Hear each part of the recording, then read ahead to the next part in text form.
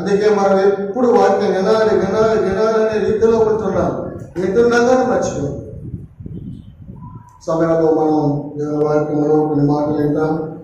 దానికి ముందు బైబిల్ పనులు వాడుకుందాం.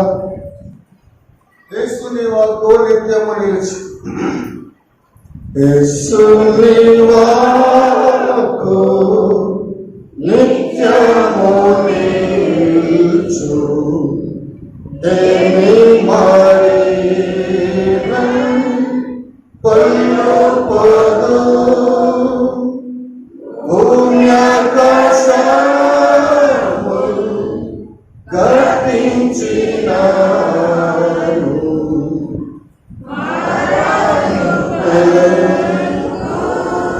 మారదు యేసుని వాక్కు నిత్యము నిలిచు ఏమి పొల్లు పోదు భూమ్యాకాశములు గతించినాను మారాజు పలుకు మారాడు.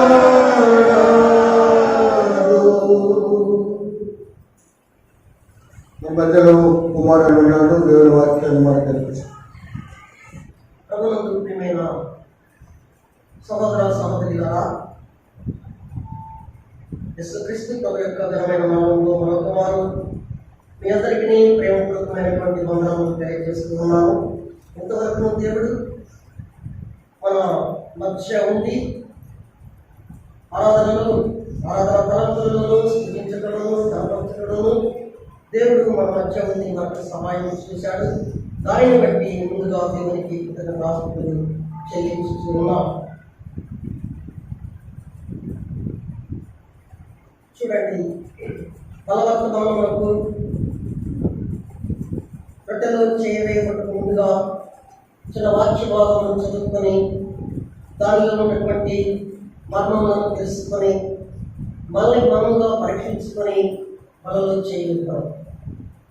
మొదటి సమూయేలు గ్రంథము 9వ అధ్యాయము 6వ వచనాన్ని చదువుతున్నాం. మొదటి సమూయేలు 267వ పేజీ, మొదటి సమూయేలు గ్రంథము 9వ అధ్యాయము 6వ వచనాన్ని అందరము విగ్రహంగా కలిసి చదువుతున్నాం. వాడు ఈ పట్టణంలో దైవజనుడు ఉన్నాడు. అతడు బహుగనుడు. అతడు ఏ మాట చెప్పునో ఆ మాట నెరవేరు. మనం వెళ్ళవలసిన మార్గమును అతను మనకు తెలియజేయను. అతని యొక్క విడుదలను వెళ్ళని చెప్పాడు. ఆత్మసహాయం కొరకై చిన్న ప్రార్థన చేస్తున్నాం. మహిమోన్నతుడకు మా ప్రభువా, పరిశుద్ధుడైన దేవా, మీ పాదాలకు నాయన స్తుతిస్తూ చెల్లిస్తున్నాం. ఇంతవరకు నాయన మాకు మీకు సహాయపడుతూ మీ పరిశుద్ధాత్మను ఆయన ప్రేమించి పాటలు పాడుతున్నాము, స్థుతించడము, మీరు ఇప్పుడు నడిపించి దేవాసన పాలు చేస్తున్నాం. ఆయన మీ శరీరం మనకు సంతోషం ఉన్నటువంటి రక్తమైన సంతోషం ఉన్నటువంటి పాత్రలను ఆయన మనకు సమీపంగా వచ్చారు. అతి సమీపంగా వచ్చినటువంటి ఆయన చదవబడినటువంటి లేఖన భాగంలో ఉన్నటువంటి మర్మములను ఆయన మాకు తెలియపరిచి ప్రతి ఒక్కరూ ఎవరికి వారి నామములను పరీక్షించుకొని మనలో జీవితమైన స్థితిపరచండి. అల్పుడము అడిగులను నేను వాడు పెట్టకపోవడం అటువంటి వాడిని ఆయన నన్ను జ్ఞాపకం చేసుకుంటున్నా. మీ శిలువ సాధన మరుగుపరుచున్నాయన చదవబడినటువంటి లేఖన భాగాల్లో ఉన్నటువంటి మర్మములను నా నోటిని మీ పూరగా వాడుతున్నామని ప్రతి ఒక్కరూ ఆయన ఆత్మీయంగా మీ వాక్యం వారు ఎదుగుతాము. ఆత్మీయంగా ఆయన సహవాసంలో కొనసాగుతున్న కలిగించాలి. రక్షణకర్త యేసుక్రీస్తు ప్రభు యొక్క ఘనమైన నామములను ప్రార్థించి వేడుకొంచున్నాము తండ్రి. ఆమేన్.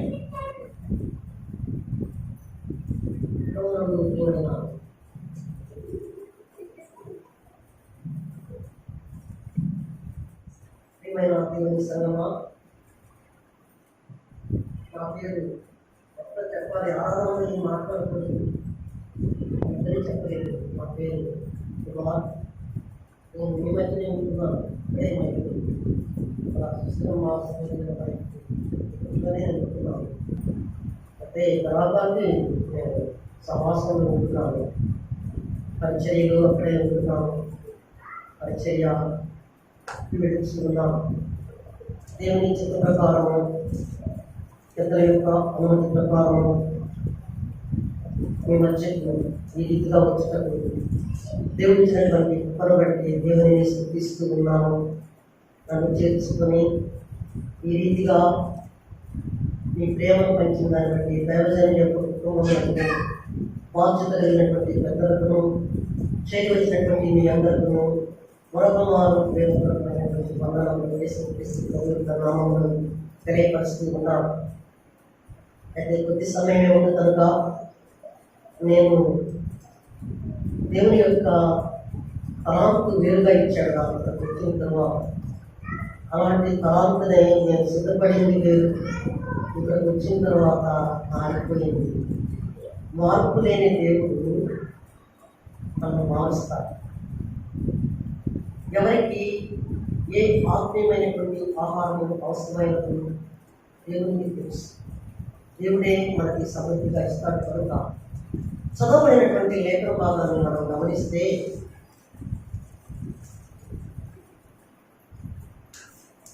సౌలు ఇజ్రాయేల్ ప్రజలకు మొదటిగా రాజు కాకముందే సౌలు చాలా యోగ్యుడిగా ఉన్నాడు. తండ్రి ఎడల భయభక్తులు కలిగి ఉన్నాడు, ప్రేమ కలిగి ఉన్నాడు. తండ్రి ఏది చెప్తే అది చేస్తాడు. తన తండ్రి యొక్క కార్యక్రమములు తప్పిపోయాయి. వెతుకుటకు కుమారుని ఒక దాసుని అర్పించాడు. వారు వెతికారు ఎక్కడ దొరకలేదు. తరువాత వెతికారు కనుక దొరకలేదు కనుక ఇప్పుడు నా తండ్రి నా కొరకై ఎదురు పడుతూ ఉంటాడు, ఎదురు చూస్తూ ఉంటాడు కనుక మనం నవరాత్రికి తండ్రి ఇంటికి జరుగుతామని చెప్పేసి అన్నప్పుడు ఆ పనివాడైనటువంటి దాసుడు కలిగినటువంటి మాటలు నాకు చదివాను. ఆ పనివాడు అంటున్నాడు, వాడు అంటే ఆ పనివాడు దాసుడు ఈ పట్టణంలో దైవజనుడు ఉన్నాడు. అతడు బహుగనుడు. అతడు ఏ మాట చెప్పునో ఆ మాట నెరవేరదు. మనం వెళ్ళవలసిన మార్గము అతడు మనకు చూపించులేమో, అతని కొత్తకు వెళ్ళడము రండి అని చెప్పాను. బహుగనుడు ఎవరు? దైవజనుడు. ఆ పట్టణంలో దైవజనుడు ఉన్నాడంట. ఆ దైవజనుడు అంట బహుగనుడు అంట. దైవజనుడు అనే పదం అందరూ వాడబడుతున్నారు. బైబిల్లోనైతే మొదటిగా మోషేకి ఇచ్చాడు దేవాది దేవుడు దైవజనుడు అని. తరువాత రాజుల గ్రంథంలో కానీ చూస్తే ఎలీషా అనే ప్రవక్తకి సారిసారికి దైవజనుడా వచ్చింది.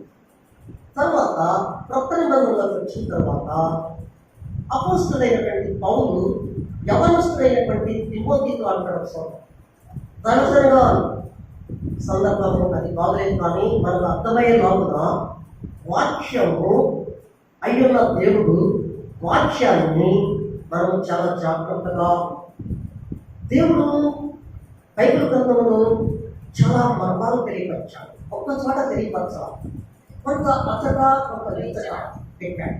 దానిని మనము ముక్కలుగా చేస్తాడు కనుక దానిని మనం ఏరుకొని సమకూర్చుకొని ఆ అర్థాన్ని తెలుసుకొని వాక్యానుసారంగా జీవించాలి అని బైబిల్ గ్రంథం తేటగా తెలియపరుస్తున్నారు. ఇంకొక విషయం ఏంటంటే బైబిల్లో ఏదన్నా ఒక ప్రశ్న వస్తే బైబిలే సమాధానం. దైవజనుడు అనే పదము చాలా శ్రేష్టమైన పదం. ఈ దినాలలో ప్రతి ఒక్కరు కూడా బైబిల్ తీసుకున్నాడు దైవజనుడు. దానికి యోగ్యత లేనటువంటి వారే. ఆ యోగ్యత అందరికీ తెలియదు. అందుకనే భక్త సింగ్ గారి సహవాసంలో ప్రధాన సహవాసంలో ఉన్నటువంటి వారు బ్రదరాలండి, సేవకులు అంటారు, దైవజనుడు అని సామాన్య బ్రదరు. ఇక్కడ చదవబడినటువంటి లేఖన భాగం చూస్తే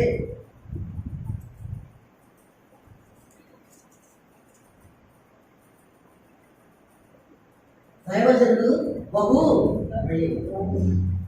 దైవజనుడు వినపడతలేదంటమ్మా. కొద్దిగా సౌండ్ పెడతారా, లేకపోతే నా వాయిస్ తగ్గిందా? సరే సరే సరే కానివ్వండి, ప్రభు చిత్తాన్ని బట్టి అయ్యా కొద్దిగా సౌండ్ పెంచిన ఆయన బహు ప్రియుడు. దానియేలు గ్రంథము 9వ అధ్యాయము 23వ వచనంలో చూస్తే, నీవు నాకు బహు ప్రియుడవు అంటున్నాడు. దానియేలు గురించి, భక్తుడైనటువంటి దానియేలు గురించి దేవాది దేవుడు అంటున్నాడు, నీవు నాకు బహు ప్రియుడవు. దైవజనుడు సమయోడు గురించి అంటున్నాడు, ఒక దైవజనుడు ఉన్నాడు, అతను బహు గనుడు. మరి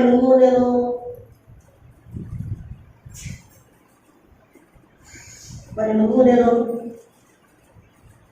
బహు ప్రియులుగా ఉంటున్నామా? బహుగనులుగా ఉంటున్నామా? బహుగనుడు ఆ ఘనత కొనుక్కుంటే వచ్చేది కాదు, వస్తాయి. హెచ్చిస్తే వస్తాయి, కానీ అవి అశాశ్వతమైనవి.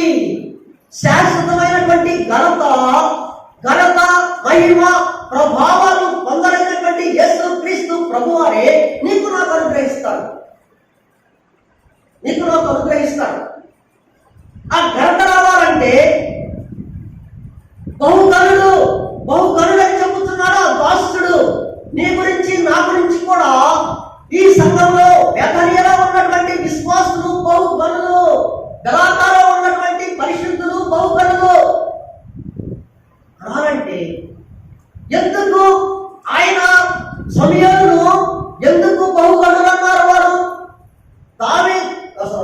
దానియేలును ఎందుకు దేవాది దేవుడు బహుప్రియుడు అన్నాడు? గమనిస్తే నీవు నేను దేవుని యొక్క ఘనత పొందాలంటే, దేవుని యొక్క ప్రేమను పొందాలంటే, దేవుని యొక్క ఔన్నత్యాన్ని నీవు నేను అనుభవించాలంటే, సమూయేలు ఏ రీతిగా ఘనత పొందాడో ఆ రీతిగానే నీవు నేను కూడా చేస్తే ఆ ఘనత పొందడానికి సమూయేలు ఏం చేశాడు? ఆ సమూయేలు చేసింది నువ్వు అర్థం చేసుకుంటే, నేను అర్థం చేసుకుంటే సమూయేలు ఏమేం చేశాడో జీవగ్రంథంలో తేటగా తెలియపరచబడింది. అలాంటిది నీవు నేను దాన్ని చేయగలిగితే దేవుని దృష్టిలో గనుడు. ఆ గనుడు వైపు వెనక వైపు ఏముంది చూద్దాం. చూడండి, సమూయేలు 2వ అధ్యాయం 26వ వచనం చదవమా. నా ఏలిన వారి ప్రాణము తోడు అమ్మా, నీ యొద్ద నిలిచి యెహోవాను ప్రార్థన చేసిన స్త్రీని నేనే. ఎవరంటున్నారు? అవునా, ఏలీ వద్దకు వచ్చి తన కుమారుడైనటువంటి పౌరుడుగా ఉన్నటువంటి సమూయేలును తీసుకొని వచ్చి ఏలీతో అనుకున్నాడు అనమాట. ఇంకొకసారి చదువుతాయి అన్నమాట. నా ఏలిన వారి ప్రాణము తోడు నీ యొద్ద నిలిచి యెహోవాను ప్రార్థన చేసిన స్త్రీని నేనే. ప్రార్థన సమూయేలు యొక్క ఘనతకు వెలుగుగా ఉన్నది తల్లి యొక్క ప్రార్థన.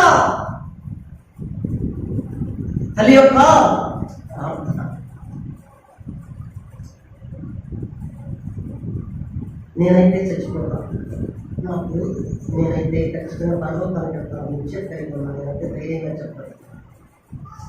ఒకవేళ నేనే చచ్చిపోయి పైకి వెళ్ళిపోయిన తర్వాత ఆ పరిశుద్ధ పట్టణంలో సమూయేలు గారు కనిపిస్తే నేను ఖచ్చితంగా అడుగుతాను, ఏమంటే, అయ్యా సమయం గారండి, నేను భూలోకంలో ఉన్నప్పుడు జీవగ్రంథంలో నీ గురించి ఒక మాట రాయబడింది అయ్యా. అయ్యా, నువ్వు బహుగనుడు ఎలా అయ్యావా అంటే సమయం ఏం చెప్తాడు సమయం నాకు సమాధానం చెప్పండి. నా వెనుక ఉండి నన్ను బహుగా చేసినటువంటి నా తల్లి యొక్క ప్రార్థన ఏంటది? ఓ తల్లులారా, బిడ్డల కొరకాయ విమర్శిస్తున్నారా? సంఘం కొరకాయ విమర్శిస్తున్నారా? ఓ విశ్వాసి, ఓ సంఘ పెద్ద, ఓ దైవజనుడా, సంఘము క్షేమాభివృద్ధి కలగాలంటే అల్లాహ్వే ప్రార్థన చేయాలి.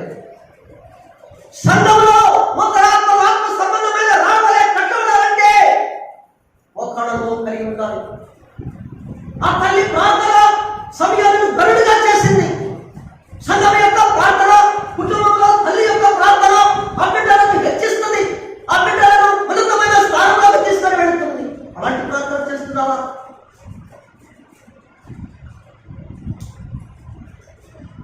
తల్లి నా ఏమరా,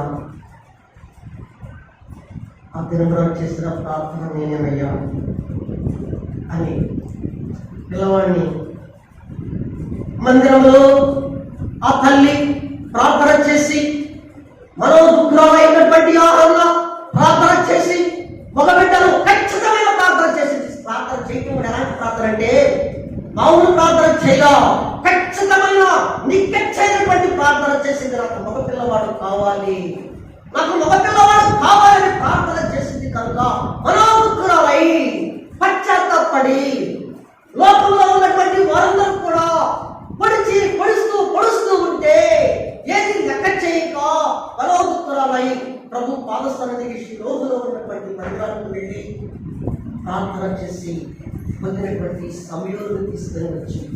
సమయాలను తీసుకొని వచ్చి మందిరంలో ప్రతిష్ఠించింది. వాడు అంతటనే బ్రతికెను. నీ బిడ్డలు నా బిడ్డలు, నా కూతురు నాకు అమ్మాయిలు. నేను ఏంటి అంటే నా పిల్లలు ఏం చెప్తాను, నేను ఎందో చెప్తాను. ఈ పిల్లలంటే చెప్తాను. కానీ ధైర్యం కావాలి బిడ్డలు. నా తల్లి ప్రార్థనాపరుడు, నా తండ్రి ప్రార్థనాపరుడు నీకు చెప్పగలిగే ధైర్యం ఉందా? ఎందుకంటే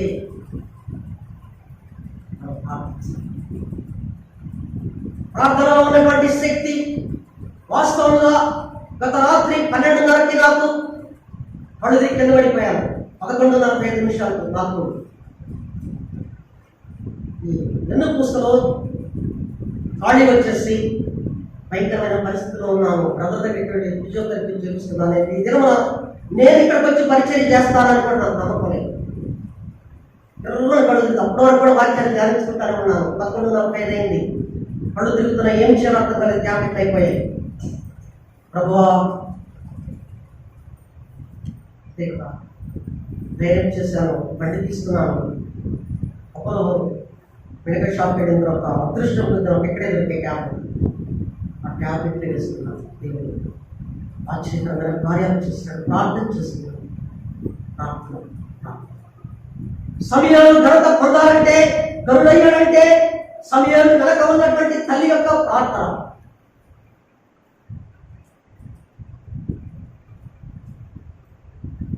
సెయింట్ అగస్టిన్ అనే ఒక యవనస్తుడు ఆస్ట్రేలియాలో ఉన్నాడు. సెయింట్ పరిశుద్ధుడు.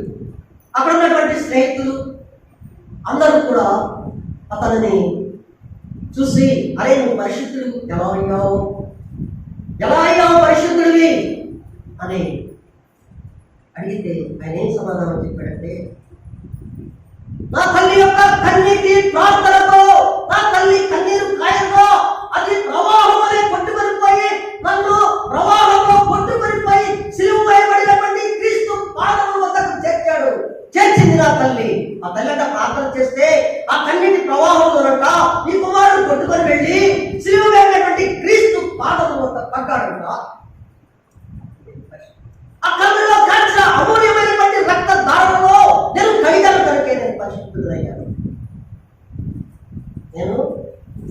దైవజనుడయ్యాడు. మా పిల్లలు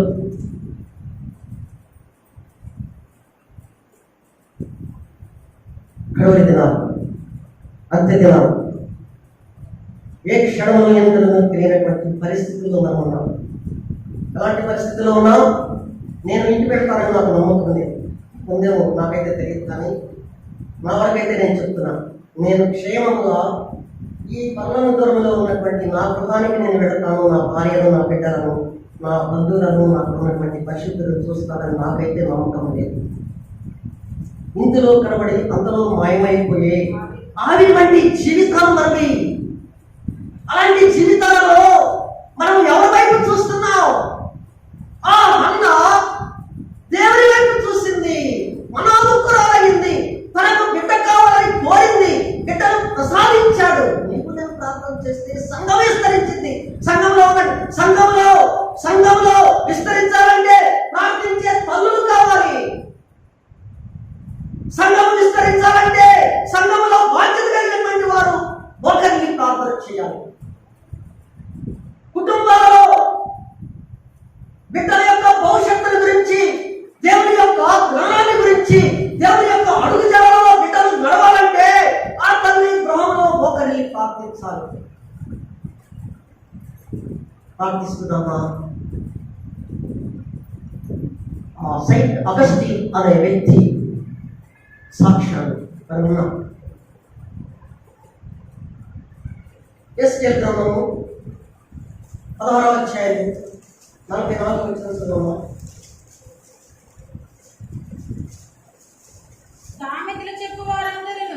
సామెతలు చెప్పు వారు అందరూ తల్లి ఎట్టిదో బిడ్డయు అట్టిదేనని చాలంగా. తల్లి ఎట్టిదో బిడ్డ కూడా చదువు. తల్లి ఎట్టిదో బిడ్డయు అట్టిది అని నిన్ను గురించి అందరూ తల్లులారా, బిడ్డల యొక్క దీవెనలు, బిడ్డల యొక్క క్షేమం, బిడ్డల యొక్క ఆశీర్వాదం కావాలి అంటే నిన్నే ప్రశ్నిస్తాను. ఆశీర్వాదం కావాలంటే నువ్వు ఒకరి వారి బిడ్డల పడితే ప్రార్థన చేయకపోతే ఇప్పుడు చదవబడినటువంటి లేఖన బాబు ఇంకొకసారి చదవండి. తల్లి ఎట్టిదో, తల్లి ప్రార్థన పరులైతే బిడ్డ ప్రార్థన పరుడవుతాడు. సంఘంలో ఉన్నటువంటి పెద్దలు, దైవజనులు మోకరిని ప్రార్థన చేస్తే సంఘంలో ఉన్నటువంటి వారందరూ కూడా ప్రార్థిస్తారు.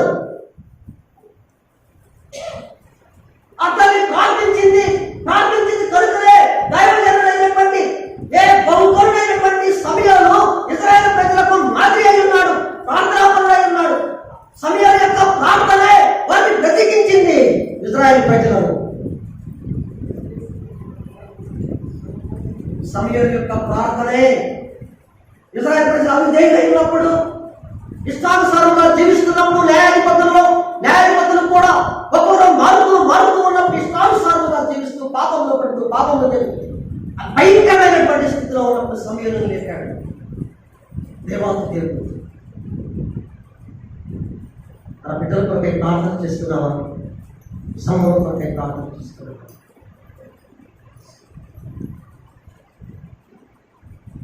చదవండి. సమయాల గ్రంథం 3 దీపము ఆరిపోకమునకు సమయాల గ్రంథము 1వ సమయాలు 3 చదవమ్మా. 3 దీపము ఆరిపోకమునకు సమూయేలు దేవుని మనస్సమందున్న యెహోవా మందిరములో పండుకొని ఉండగను. చాలు. ఎక్కడున్నాడు సమూయేలు? సరి అయినటువంటి ప్రదేశంలోకి తీసుకొని వచ్చిన తల్లి ప్రార్థనా పూర్వకంగా ప్రార్థించి అడిగి పొందినటువంటి అన్న తన కుమారుడు తీసుకొచ్చి సరి అయినటువంటి ప్రదేశంలో ఎక్కడ తీసుకొచ్చింది? మందిరావరణలోకి తీసుకొని వచ్చింది. సరికాని ప్రదేశంలో ఒకడు ఉన్నాడు. సరికాని ప్రదేశంలో నాజీరు చేయబడినటువంటి వాడు, దేవుని చేత అభిషేకించబడినటువంటి వాడు ఎవరు? ఎవరు చెప్పండి? ఆ,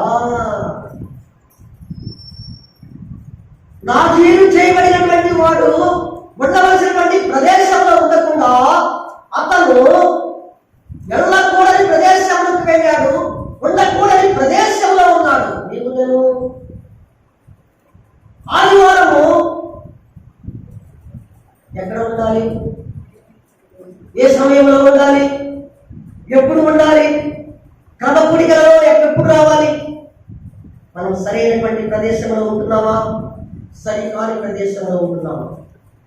ఒక్కసారి పల్లకు సమీపముగా వచ్చాను. ఒక్కసారి మన హృదయాన్ని మనం పరీక్ష చేసుకుందాం. క్రమకూడికలలో ఎలాగా? ఆరాధనలో 10 నిమిషాల ముందే వస్తున్నామా? ఆదికాండంలో 18వ అధ్యాయం 19వ అధ్యాయం 2 అధ్యాయాలు శ్రేష్టమైన అధ్యాయం. ఇద్దరు వ్యక్తులు కనిపిస్తారు. ఒక అధ్యాయంలో ఒకడు, ఒక అధ్యాయంలో ఒకడు. 18వ అధ్యాయంలో ఎవరు కనపడతారు? అబ్రహాం. 19వ అధ్యాయంలో లోతు. ఇద్దరు కూడా విశ్వాసులే. అబ్రహాం ఎక్కడున్నాడు చెప్పండి? ఇంకా గుడారం ముందు దేవుని సన్నిధిలోనే ఉన్నాడు. లోతు సొదొమ గొమొర్రా వద్ద ఉన్నాడు.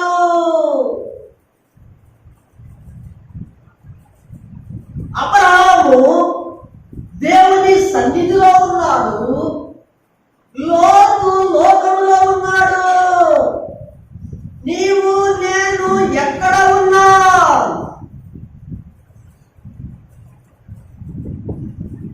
నీవు నేను ఎక్కడ ఉన్నావు? సరికాని ప్రదేశంలో ఉన్నామా? దేవుని సన్నిధిలో ఉన్నామా? వాళ్ళకు సమీపంగా వచ్చాం కనుక ఒకసారి పరీక్షించుకోండి.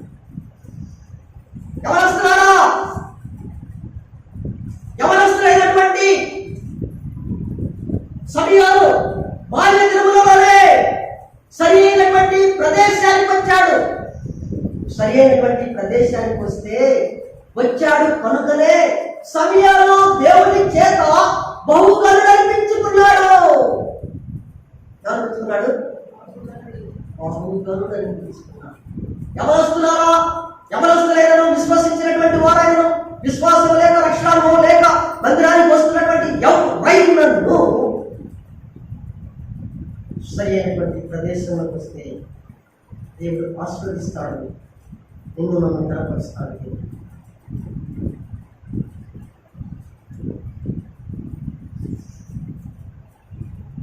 యోహాను సువార్త 12వ అధ్యాయం 3వ వచనం చదువుదాం.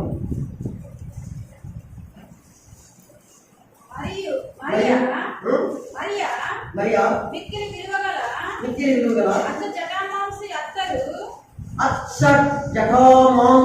అత్తరు ఒక సేరున్నర ఎత్తు తీసుకొని యేసు పాదములకు పూసి తన తల వెంట్రుకలతో ఏం చేసిందంట? ఎక్కడుందామా? చదివారు కదా, దాంట్లోనే ఉంది.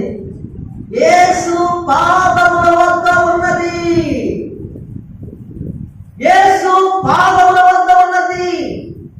ఆమె వెంట్రుకలతో, స్త్రీకి ఘనత తెచ్చేది వెంట్రుకలే. ఆ ఘనతంతా ప్రభు పాద సన్నిధిలో, ప్రభు పాదముల వద్ద ప్రవేశింది. తాను కలిగిన దంతయో తీసుకొని వచ్చి ప్రభు పాదము చెంత పోసింది. స్త్రీకి ఘనత తెచ్చేది వెంట్రుకలే కదా, జీవితంలో బైబిల్లో ఉంది కదా. ఆ ఘనతని ప్రభు పాద సన్నిధికి తీసుకుని వచ్చి, అందుకనే ఆమె బంధువులైంది. ప్రభు పాద సన్నిధికి, ప్రభు పాదం వద్దకు ఏ రీతిగా వస్తున్నాం? సహోదరులు ఒకసారి గమనించండి. మనం ప్రభు పాద సన్నిధిలో ఉంటుండగా, ప్రభు పాదముల వద్ద ఆమె అత్తరు పోస్తే తను సంపాదించిన దానితో కొనిగి అత్తరు పోస్తే ఆ ఇల్లంతయు శ్వాసలతో నిండిపోయింది.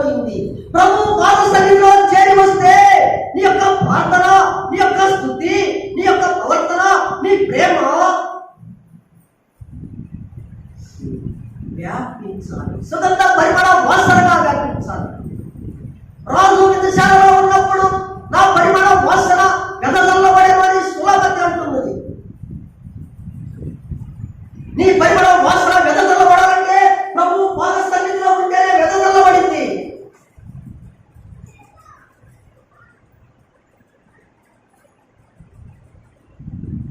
సరి అయినటువంటి సమయంలో గరుడు బహుగరుడయ్యాడంటే మొదటిది తల్లి యొక్క ప్రార్థన, రెండవది అతను సరి అయినటువంటి ప్రదేశంలోకి మందిరంలోకి వచ్చాడు. మూడవ చూద్దాం, 1 సమయంలో 2:20 చదవమ్మా. బాలుడగు సమూయేలు ఆ సమయంలో ఇంకను ఎదుగుచు యెహోవా దయను మనుషుల దయను వర్ధిల్లుచుండెను. గుర్తురండి, తల్లి యొక్క ప్రార్థన మందిరములకు కుమారుడు తీసుకొని వచ్చి మందిరంలోకి తీసుకొని వస్తే మందిరంలో పిల్లవాడు ఎక్కడుతున్నాడు? ఎవరి ద్వారా? ఎవరి దయ? యెహోవా దయ, దేవుని యొక్క ప్రేమ. ఎప్పుడైతే ప్రభు పాద సన్నిధికి వచ్చి వాక్యము వింటావో, నీ బిడ్డలను ప్రభు పాద సన్నిధికి నడిపించావో, ఆయన యొక్క దయ, ఆయన యొక్క కనికరము, ఆయన యొక్క కృప దండిగా మెండుగా మన కుటుంబంపై ఉంటుంది, మన సంఘంపై ఉంటుంది.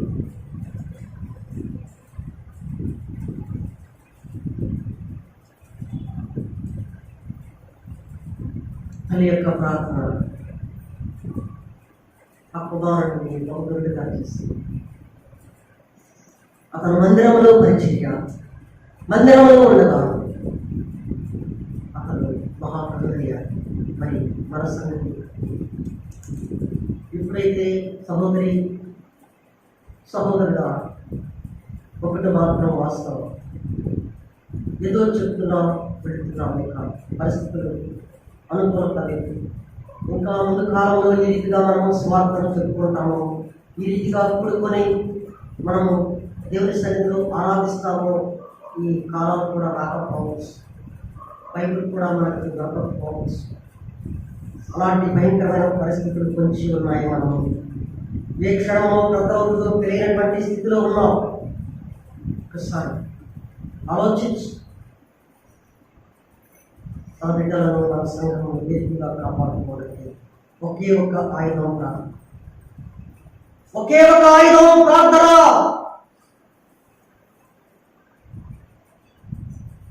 సహోదరులు ఐక్యత కలిగి నివసించుట ఎంత మేలు, ఎంత మనోహరము అని కీర్తనల గ్రంథం 133వ కీర్తనలో తేటగా తెలిపచ్చాడు. ఆ ఐక్యత అనేది నిర్మోను పర్వతం పైన ఇలా మంచు వలె ఉంటుందన్నాడు. ఆరోను గడ్డంపై పోయబడినటువంటి సుగంధమైనటువంటి తైలంతో పోల్చాడు దేవుడు. అలాంటి ఐక్యత కలిగి ఉండాలి. ఎప్పుడైతే ఐక్యత కలిగి సంఘంలో ప్రేమ కలిగి సంఘంలో మోకరిల్లి ప్రార్థిస్తామో, కుటుంబంలో అంతే, కుటుంబంలో ఎప్పుడైతే మోకరిల్లి ప్రార్థిస్తామో దేవుడు కుటుంబాన్ని ఆస్వాదిస్తాడు, సంఘాన్ని ఆస్వాదిస్తాడు. ఈ లోకంలో గనులుగా చేస్తాడు. 1 సమూయేలు 3:1 చదవమ్మా. బాలుడైన సమూయేలు ఏలీ ఎదుట ఇప్పుడు స్టెప్ వచ్చేసాడు. బాలుడైన సమూయేలు పరిచర్య చేస్తున్నాడు. ప్రార్థన ఎంతవరకు తీసుకొచ్చింది? ఆ బాలుడును మందిరానికి తీసుకొచ్చింది. మందిరానికి తీసుకొచ్చిన తర్వాత ప్రభు యొక్క దయలో కృపలో ఎదుగుచూ ఉన్నాడు. ఎదుగుచూ ఉన్నటువంటి వ్యక్తి ఏం చేస్తున్నాడు? పరిచర్య చేస్తున్నాడు. ఎవరు వస్తున్నారా? రక్షించబడ్డారో లేదో నాకు తెలియదు, కానీ సమూయేలు ఏ రీతిగా మందిరంలోకి వచ్చాడో, మందిరంలో వాక్యం ద్వారా మీరు ఎదగాలి. ఎప్పుడైతే ఎదుగుచూ ఉన్నావో దేవుడు నీతో మాట్లాడతాడు. మాట్లాడినప్పుడు, పరిచర్య చేస్తున్నప్పుడు దేవుడు మాట్లాడతాడు. మనమైనా దేవుని పాద సన్నిధిలోకి వచ్చి ప్రార్థన చేస్తూ ఉంటే వాక్యం ఏమన్నా దేవుడు మనతో మాట్లాడతాడు, ప్రార్థన ఏమన్నా మనం దేవునితో మాట్లాడతాడు. వాక్యం ఏమంటుంది? మనతో మాట్లాడుతుంది. నువ్వు ప్రార్థన చేస్తే దేవుడితో నువ్వు మాట్లాడు. మనం ఎందుకు చేయం? ప్రార్థన చేయం. ఎవరు వస్తున్నారా? సమూయేలును సాదృశ్యంగా తీసుకురండి.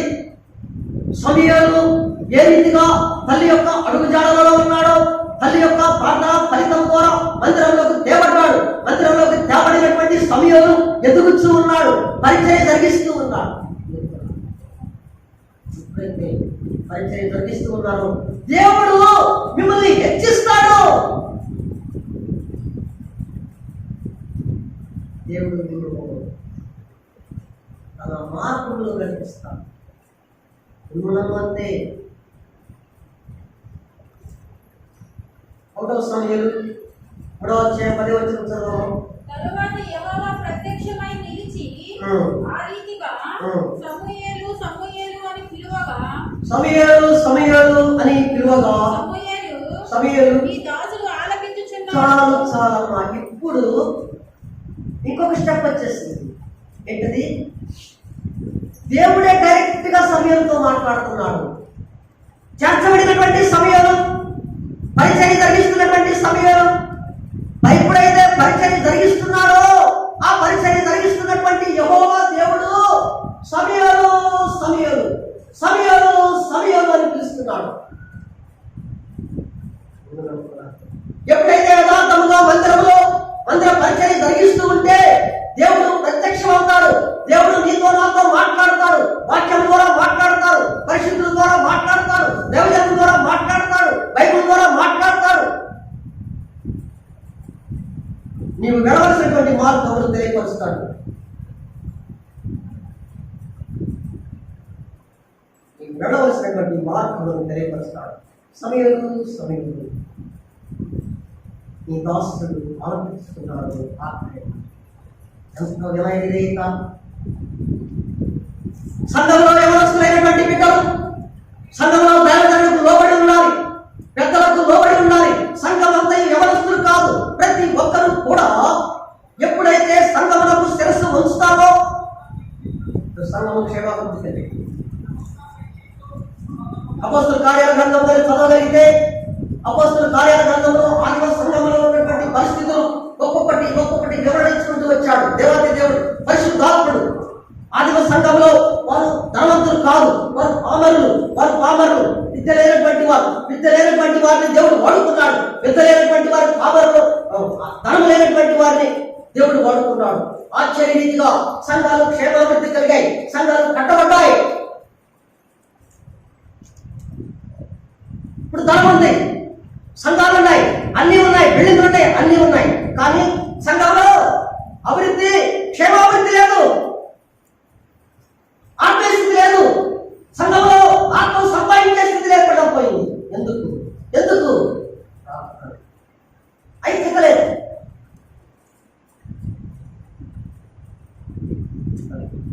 యాకోబు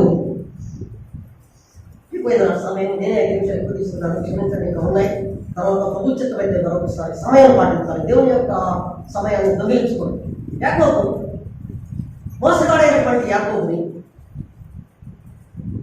పారిపోతున్నాడు మామిటి. దేవుడు ఆశ్చర్యరీతిగా ఆ రాత్రి దేవుడు మాట్లాడాడు. తరువాత మరలా తిరిగి మామ దగ్గర నుంచి పారిపోతున్నాడు. మరలా దేవుడు బేతేలు యొక్క అనుభవం, పెనియేలు యొక్క అనుభవం. అయితే దేవుడు నేను చూపించిన చోటుకు వెళ్ళి ఎక్కడైతే నీకు ప్రత్యక్షమయ్యావో, ఎక్కడైతే రాయి నింపావో, నువ్వే పోసావో ఆ బేతేలు మందిరంలోకి వెళ్ళి అక్కడ బలిపీఠము కట్టమన్నాడు. కానీ ముందుగానే ఇతరులను బలిపీఠం కట్టి పడేసేసాడు. అది దేవుని చిత్తం కాదు. దేవుడు ఎక్కడైతే నువ్వు రక్షించాడో, ఎక్కడైతే స్థానిక సంఘంలో ఉన్నావో అక్కడే ఉండాలి. నువ్వు బయటికి వెళితే, ఎక్కడికి వెళితే చుట్టూ తిరిగి అక్కడికే రావాలి. 2 చోట్ల బలిపీఠం కట్టాడు. అది దేవునికి అంగీకారం కాదు. నువ్వు ఎక్కడికెళ్ళా స్థానిక సంఘములకు రావాల్సినదే.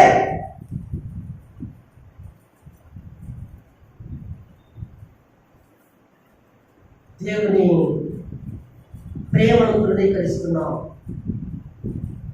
ఎన్ని ఇరుకులు, ఇబ్బందులు, శోధనలు వచ్చినా పాద సన్నిధిలో స్థానిక సంఘాన్ని విలువకూడదు. సంఘంలోనే ఒకరిని ప్రార్థించాలి, ప్రభు సహాయం చేస్తాడు. సమయాలు మందిరంలోనే ఉన్నాడు, మందిరంలో ఉన్నటువంటి శిలోలో ఉన్నటువంటి భయంకరమైనటువంటి వ్యక్తులు, యాజకులైనటువంటి వారు ఏలీ కుమారులు భయంకరమైనటువంటి పరిస్థితులు చేస్తున్నారు. అయినా సమయాలు మందిరమును విడిచిపెట్టలేదు కనుకనే బందయ్యాడు. మందిరమును విడిచిపెట్టలేదు కనుకే బందయ్యాడు. మందిరమును విడిచిపెడితే భయంకరమైనటువంటి పరిస్థితి. ఎవరు కూడా మందిరాన్ని విడిచిపెట్టకూడదు. ఎన్ని శోధనలు వచ్చినా, ఎలాంటి ఉత్తరాలు వచ్చినా సమయానికి అతి భయంకరమైన పరిస్థితులు కలిగాయి. వారు ఏలీ కుమారులు భయంకరంగా ప్రవర్తిస్తున్నారు.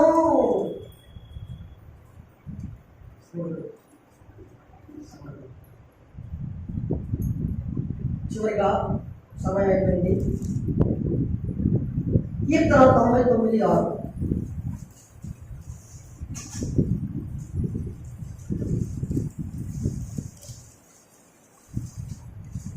ఆయన యాజకులలో మోషే అహరోను నుండిరి.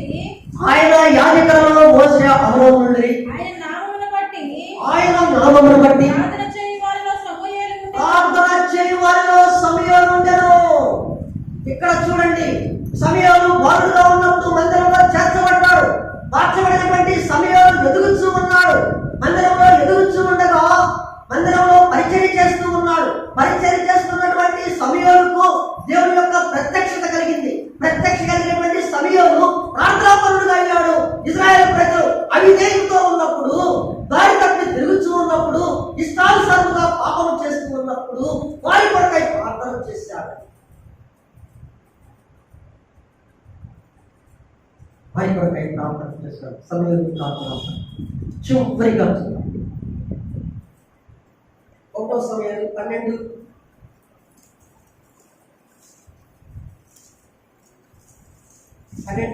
చేయవలసిన అప్పుడు సమూయేలు ఇశ్రాయేలీయులందరితో ఇట్లనెను, ఆలకించుడి, మీరు నాతో చెప్పిన మాట అంగీకరించి మీ మీద ఒక రాజుగా నియమించి ఉన్నాను. రాజు మీ కార్యమును జరిగించును. నేను తలనేసిన ముసలివాడును. నా కుమారులు మీ మధ్య ఉన్నారు. బాల్యం నాటి నుండి నేటి వరకు నేను మీ కార్యమును జరిగించుచూ వచ్చి తిని. మీ కార్యము ఒక్కొక్కటి జరిగించుతూ వచ్చి తిని. ఇదిగో నేను ఉన్నానెను. ఎవరి ఎద్దునైనను తీసుకొంటినా, ఎవరి వద్దనైనను ఎద్దునైనను తీసుకొంటినా, గార్ధమునైనా తీసుకొంటినా, ఎవరికైనా నేను అన్యాయం చేసి తినా, ఎవరినైనా బాధ పెట్టి తినా, న్యాయం నాకు అగపడకుండా ఎవరి వద్ద నేను లంచము పుచ్చుకొంటినా, అలాగ చేసిన యెడల యెహోవా సన్నిధిని ఆయన అభిషేకము చేయించిన వారి ఎదుటను వాడు నా మీద సాక్ష్యము పలుకవలెను. అప్పుడు నేను నీ ఎదుట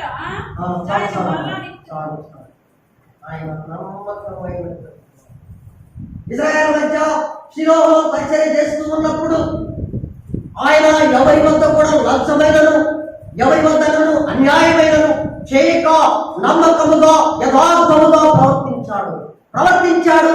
వారి కార్యాలను తన భుజంపై వేసుకొని ఇశ్రాయేలు పక్షముగా పోరాడాడు, ప్రార్థించాడు. దేవుని సన్నిధిలో నమ్మకముగా ఉన్నాడు. నీవు నేను కూడా నమ్మకముగా సంఘంలో ఉండాలి. ఎంత నమ్మకం అంటే సమూయేలు వలె నమ్మకముగా ఉన్నప్పుడు సమూయేలుని బహుగనుడు అని దేవాతి దేవుడు ఇచ్చాడు. నీకు నాకు నీకైనా నాకైనా బహుగనులుగా అవ్వాలంటే ఆ గనుడైనటువంటి యేసుక్రీస్తు ప్రభువారి యొక్క పాదములు చెంతకు రావాలి. ప్రార్థించాలి, పరిచర్య చేయాలా. పరిచర్య చేసినప్పుడు దేవుడు ప్రత్యక్షమవుతాడు. దేవుడు ఏ మార్గంలో వెళ్ళమంటే ఆ మార్గంలో వెళ్ళి సంఘములకు లోబడి సంఘానికి శిరస్సు వచ్చి సంఘంలో దేవుడు ఇచ్చినటువంటి కార్యాలను ఎప్పుడైతే జరిగిస్తావో, ఎప్పుడైతే నమ్మకంగా ఉంటావో అప్పుడే నీవు నేను నమ్మకం.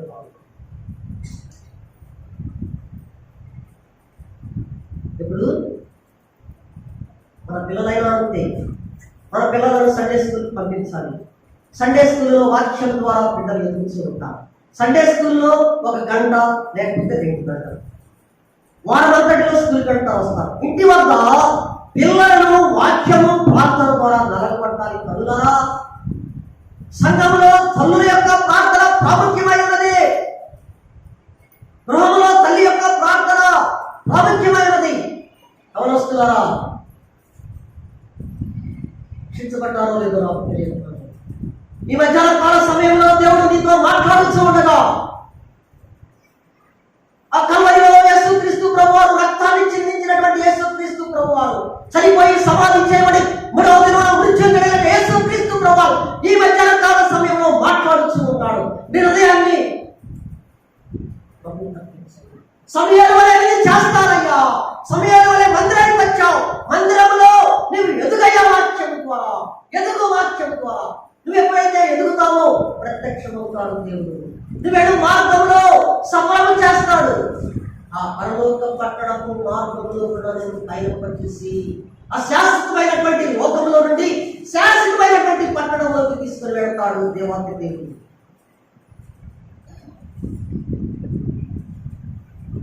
ఈ మధ్యాహ్న సమయంలో ఎవరైనా